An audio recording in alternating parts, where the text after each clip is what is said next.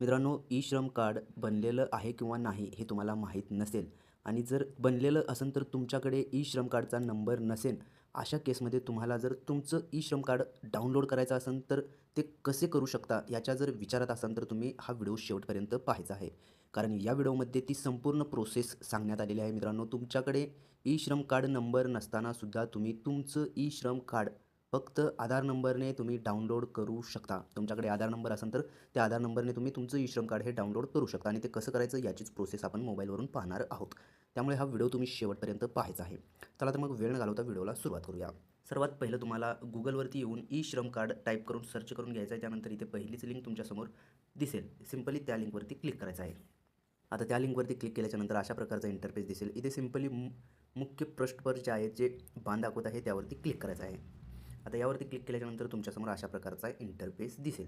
तर इथे खाली तुम्ही पाहू शकताय ई श्रम कार्ड पंजीकरण करे याच्या खालीच लॉग इन करेचं जे ऑप्शन देण्यात आलेलं आहे. जर तुमचं ई श्रम कार्ड बनलेलं असेल तर सिंपली लॉग इन करे या ऑप्शनवरती क्लिक करायचं आहे. तर इथे तुम्ही पाहू शकता लॉग इन करे या ऑप्शनवरती क्लिक केल्याच्यानंतर तुमच्यासमोर अशा प्रकारचा इंटरफेस दिसेल. आता यामध्ये तुम्हाला तुमचा UNA नंबर मागत आहे आणि तुमच्याकडे UNA नंबर नाही आहे, म्हणजेच ई श्रम कार्ड नंबर तुमच्याकडे नाही आहे. तर अशा केसमध्ये सर्वात पहिलं तुम्हाला तुमचा ई श्रम कार्ड नंबर हा जाणून घ्यायचा आहे. तर तो कसं जाणून घ्यायचं तर इथे तुम्ही पाहू शकताय 3 लाईनचा बॉक्स जो दिसत आहे त्या बॉक्सवरती आपल्याला क्लिक करायचं आहे. यावरती क्लिक केल्याच्यानंतर तुम्ही इथे पाहू शकता तुमच्यासमोर अशा प्रकारचा इंटरफेस दिसेल. आता सिंपली वन स्टॉप सोल्युशन जे देण्यात आलेलं आहे यावरती क्लिक करायचं आहे. यावरती क्लिक केल्याच्यानंतर तुम्ही इथे पाहू शकताय आपल्याला काही ऑप्शन दिसतील आणि लास्टला नो युअर UANचं जे ऑप्शन दिसत आहे मी थोडंसं हायलाईट करून दाखवतो आहे. इथे तुम्ही पाहू शकताय नो युअर UAN या ऑप्शनवरती आपल्याला क्लिक करायचं आहे. आता या ऑप्शनवरती क्लिक केल्याच्यानंतर तुम्ही पाहू शकता तुमच्यासमोर अशा प्रकारचा इंटरफेस दिसेल. आता इथे काय करायचं आपल्याला मला आधार नंबर टाकून घ्यायचा आहे. त्यानंतर हा कॅप्चा या बॉक्समध्ये टाकून सिंपली सबमिट करून घ्यायचा. मी आधार नंबर टाकून घेतोय. मित्रांनो, तुम्ही इथे पाहू शकताय आधार नंबर कॅप्चा टाकलेलं आहे. आता आधार नंबर टाकत असताना पहिल्या बॉक्समध्ये पहिले 4 अंक टाका, त्यानंतर 4 अंक, त्यानंतर 4 अंक, असे 12 अंक तुम्हाला टाकून घ्यायचा आहे. त्यानंतर हा कॅप्चा या बॉक्समध्ये टाकल्याच्यानंतर सिंपली सबमिट करून घ्यायचा आहे.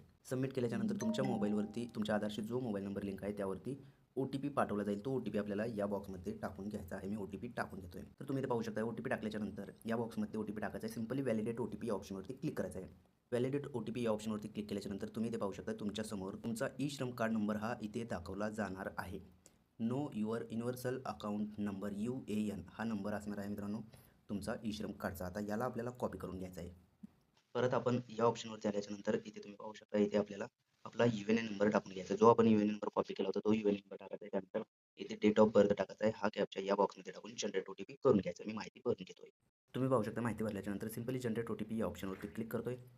जनरेट OTP या ऑप्शनवरती क्लिक केल्याच्यानंतर तुमच्या UNAशी जो नंबर लिंक आहे त्या नंबरवरती OTP जाईल. तो OTP सिंपली आपल्याला या बॉक्समध्ये टाकून घ्यायचा आहे. परत हा कॅप्चा या बॉक्समध्ये टाकून व्हॅलिडेट करून घ्यायचा. मी माहिती भरून घेतोय. तुम्ही पाहू शकता माहिती भरल्याच्यानंतर व्हॅलिडेट या ऑप्शनवरती क्लिक करतोय आणि व्हॅलिडेट या ऑप्शनवरती क्लिक केल्याच्यानंतर तुम्ही पाहू शकता तुमच्यासमोर तुमचं ई श्रम कार्ड इथे लॉग इन झालेलं आहे. आता हे डाउनलोड करण्यात आहे. तुमचं कार्ड डाउनलोड करण्यासाठी इथे एक ऑप्शन दिसत आहे डाउनलोड UAN कार्ड.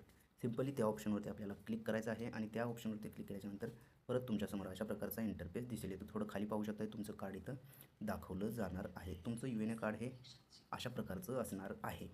आता हे कार्ड डाउनलोड करण्यासाठी सिंपली अशा प्रकारे खाली यायचं आहे. खाली आल्याच्यानंतर इथे पाहू शकताय डाउनलोड UAN कार्ड जे ग्रीन कलरमध्ये दाखवत आहे सिंपली त्यावरती क्लिक करायचं आहे. त्यावरती क्लिक केल्याच्यानंतर तुमचं UNA कार्ड म्हणजे तुमचं ई श्रम कार्ड हे डाउनलोड झालेलं असणार आहे. तर मित्रांनो, ती PDF तुम्ही अशा प्रकारे इथून पाहू शकताय. ती PDF डाउनलोड केल्याच्यानंतर ही PDF तुम्ही प्रिंटसुद्धा करून घेऊ शकताय. मित्रांनो, अशाच प्रकारचे नवनवीन व्हिडिओ आपल्या चॅनलवरती अपलोड केले जातात. त्यामुळे तुम्ही जर का आपल्या चॅनलवरती नवीन असाल तर सर्वात पहिलं आपल्या चॅनलला सबस्क्राईब करून बेल आयकॉन दाबायला विसरू नका. चला तर मग भेटूयात पुढील व्हिडिओमध्ये. धन्यवाद मित्रांनो.